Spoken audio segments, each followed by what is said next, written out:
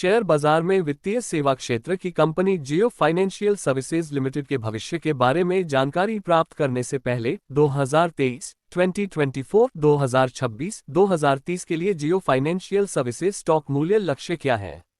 वे किसके बारे में जानकारी प्राप्त करने जा रहे हैं?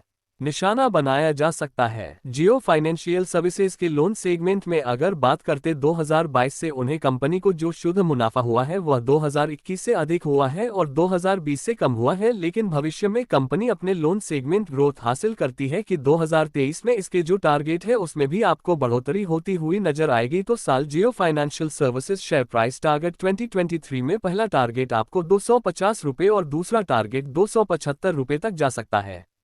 जियो Financial Services share price target 2024।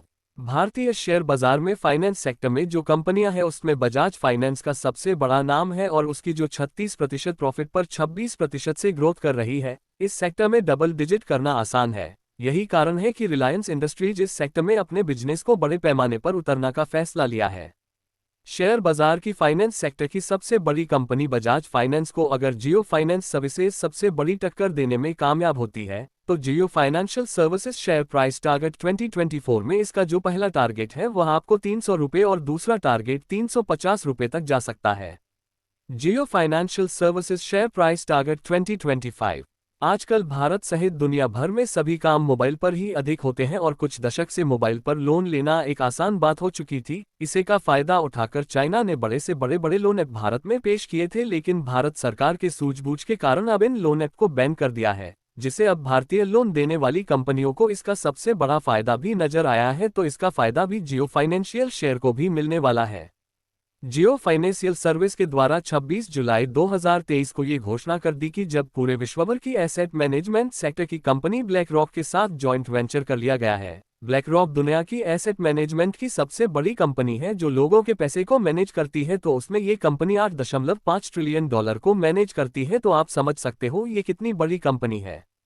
जियो financial share company big rock के साथ जॉइंट वेंचर का जो समझौता हुआ है उसका बड़ा फायदा मिलने वाला है, क्योंकि इस क्षेत्र में बिग रॉक का जो अनुभव और उनकी हाई क्लास सर्विस का फायदा कंपनी को मिलने वाला है, जिसके तहत एसेट मैनेजमेंट क्षेत्र में भारत में 42 कंपनी शामिल है, उनको तगड़ा झटका मिलने वाले हैं और जिसके तहत Jio Financial Services share price target 2025 में पहला टारगेट 400 रुपये और दूसरा टारगेट 500 रुपये तक जा सकता है। Jio Financial Services share price target 2030।